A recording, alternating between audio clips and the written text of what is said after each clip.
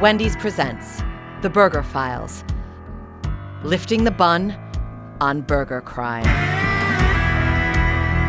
All the burger crimes depicted in the Burger Files actually happened and are based on genuine customer experiences of burger crimes which have been shared in public on social media. Names have been changed and experiences restaged with trained actors, none of whom were harmed or forced to eat bad burgers. Welcome to The Burger Files, Episode 5, Green Hell. Another journey into the dark heart of unsolved burgerside. I'm Noonan. I'm a podcaster, investigator, and all you need to know is that uncovering burger crime is my life.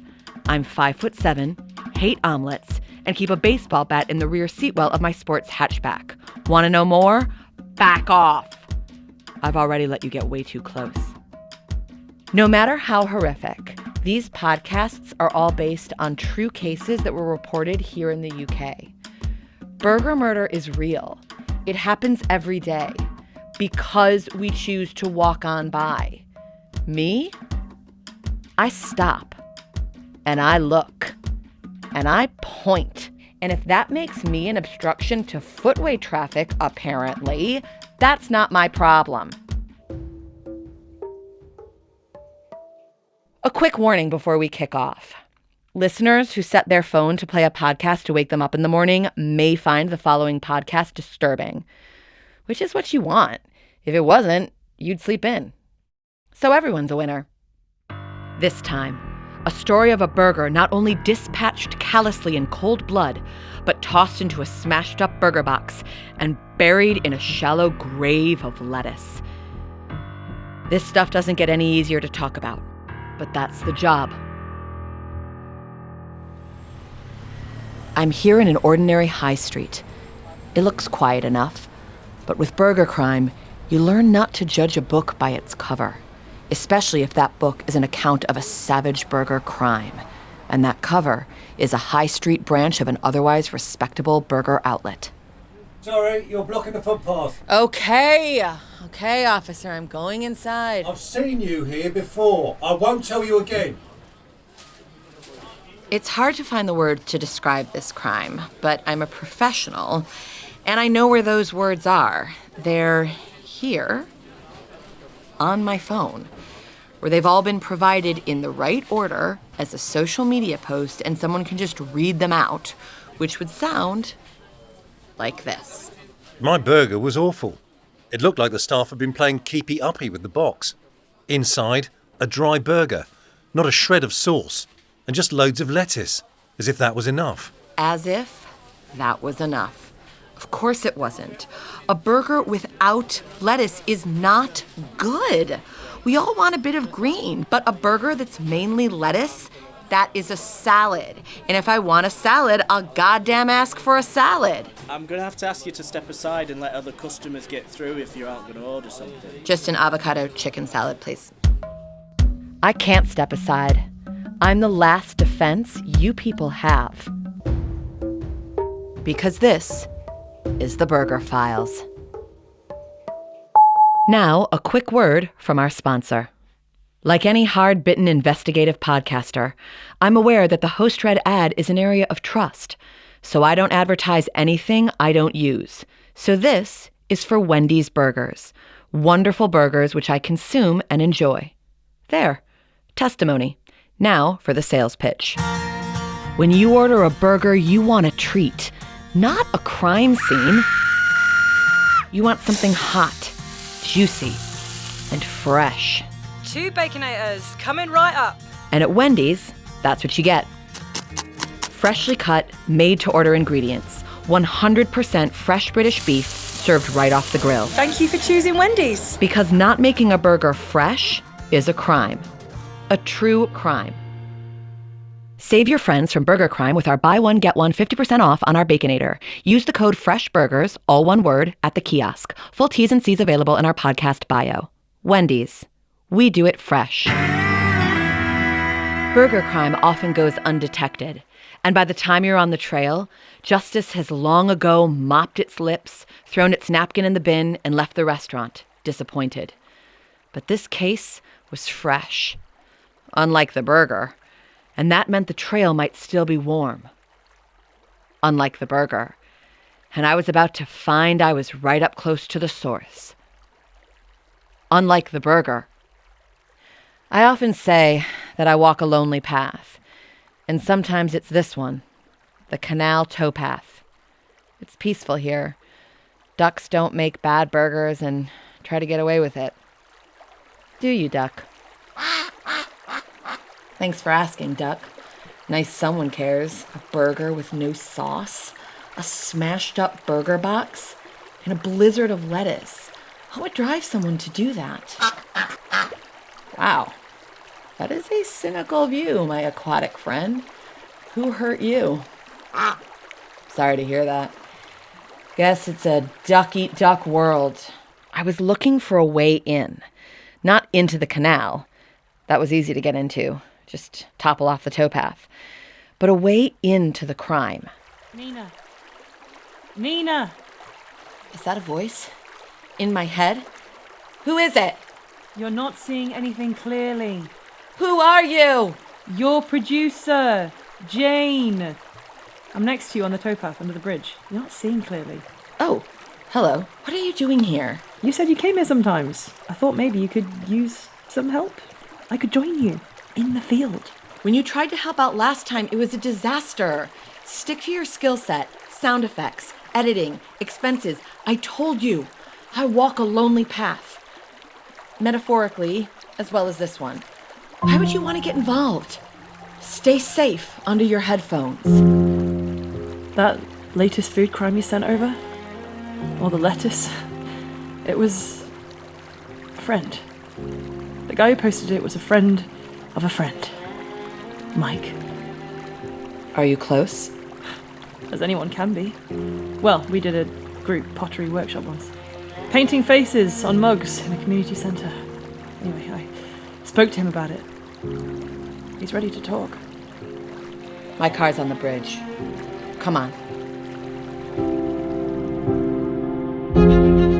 Looked like suddenly burger crime was delivering direct to Jane's door. Cold, in a battered box, and absolutely stuffed to the gunnels with unnecessary lettuce. I feel I have to do something.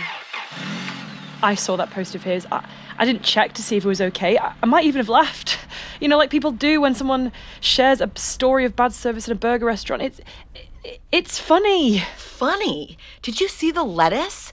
That burger looked like the all-you-can-eat buffet at a tortoise wedding. I get it. I finally think I get it. I have to ask you, are you ready to believe? Yes. I'm ready to believe. But can you pause a lot? Because I might need to put some sinister music behind these parts when you go off on one about burgers.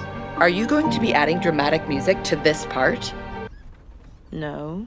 The crimes speak for themselves. Keep it stark, keep it lean, keep it factual. People need to face the ugly burger truth.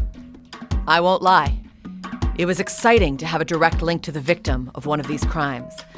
But it was strange suddenly having Jane on board. She had been so skeptical on my methods, even of the very idea of burger crimes. Time would tell. I'm glad you're finally seeing things like I do. Are you sure you don't need your glasses for driving? I only need them for distance. The thing about driving is that if you drive fast enough, eventually the distance stuff becomes quite close really quickly. Laurie! Stop! He lives here. Well, near here. You said his house was on the other side of the railway, just over the narrow road by the quarry by the lake. I need the exercise. As we walked the 8 miles to the victim's house, I told Jane of my concerns about her abilities and motives, which is a way I often choose to make friends. What? No, it's a classic combo. Audiences love two sides to the debate. Someone who believes and someone who's a skeptic. I find your lack of faith disturbing. Ooh, is that a quote from something? A film? I wouldn't know. I've never seen one. Is this the place? The house was dark, and when Jane's friend Mike answered the door, I could see he was scared. But I watched as she won his trust. She was good. Tell us what happened with the burger. It was just You know, not very good, that's all. Tell us everything. Who did this to you? Well, this guy seemed not to care. Big, tall lad with a dyed blue streak in his hair. But he was almost asleep. The burger box had been kicked about, and it was just full of salad. And no sauce. But it's just grabbing a quick burger. What did I expect? It's not okay. Go back there. In your mind. Be there again. It was too much. Too much reality, too much horror, too much... Too much lettuce. Why didn't you complain? To this guy? To his manager? I was tired. Everyone was tired. I went on social media, sent a sarcastic post, just moaned. Didn't want to get the guy fired or anything. All I wanted was a burger. Damn it. Sorry, Jane. Can you stop doing that? Just trying to add to the mood. Well, don't. Put the piano lid down. Needs tuning, Mike. We decided to stake out the scene of the crime, to watch the staff come and go, to try and spot Mike's blue-haired burger psycho. That was good, wasn't it? Us together, you interrogating him, me playing the piano to inspire you. We're a team! Are you okay? You've not said anything since we left Mike's. Thinking. He said he was tired. That's it. People are tired. They don't want to cook, so they put the job in someone else's hands at a burger joint. But what if those people are tired too? It's why a burger should be a treat. It's what keeps tired people going sometimes. It's all we have. What time is it? No idea. I can't see my watch. Where did you buy your new glasses again? All-night fancy dress shop. Only place open. They came with the eyebrows attached. I'll level with you. They're giving me a headache, but it's focusing my attention. I've not blinked more than a handful of times all night. Are you all right? Never better. Our perp comes out. I'm not going to be the one who misses him. Anyway, blinking's overrated. You don't rinse your eyes for a week or two. They start to clean themselves. Isn't that washing your hair? You're blind, Jane. Wake up to the truth. Blinking is a scam invented by Big Eyelid. Hang on. Who's that? Where? I can only see dancing octagons and my own eyelashes. Oh my. It's our guy. Rear staff entrance. Let's go. As we ran, excitingly, Jane described the scene. He's breaking down some cardboard boxes. Like Mike's burger box was kicked.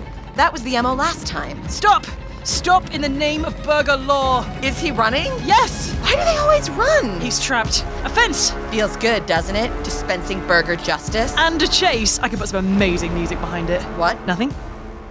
Jane grabbed our suspect with surprising strength and dragged him back to the car where we pushed the evidence of his crime right in his sweating, guilty face. What are you doing? Jane, this is a woman. I'm sorry, mistaken identity.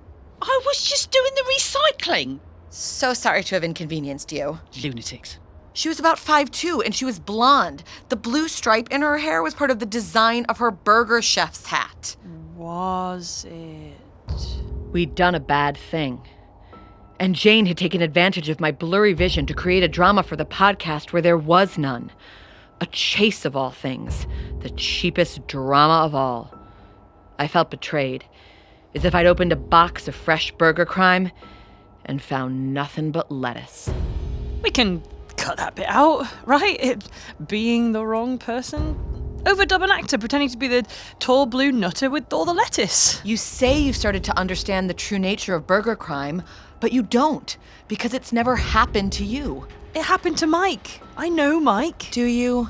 Do you really even know Mike? Does Mike even exist? Do you?